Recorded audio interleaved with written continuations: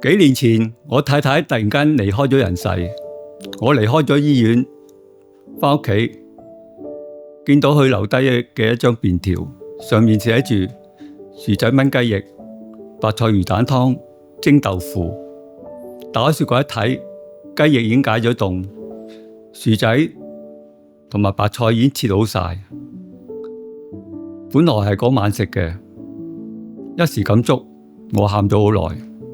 跟住嗰幾日，我都係叫外賣食，但係心諗唔可以長此咁落去，因為我承諾過臨終嘅太太會好好地咁照顧我女嘅。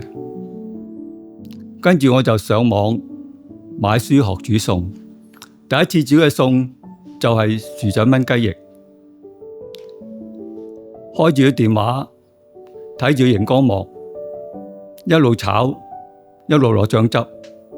好緊張，好狼狽，煮咗出嚟啲雞翼唔係好熟，個女就好包容，佢話咁咪食熟嗰啲咯。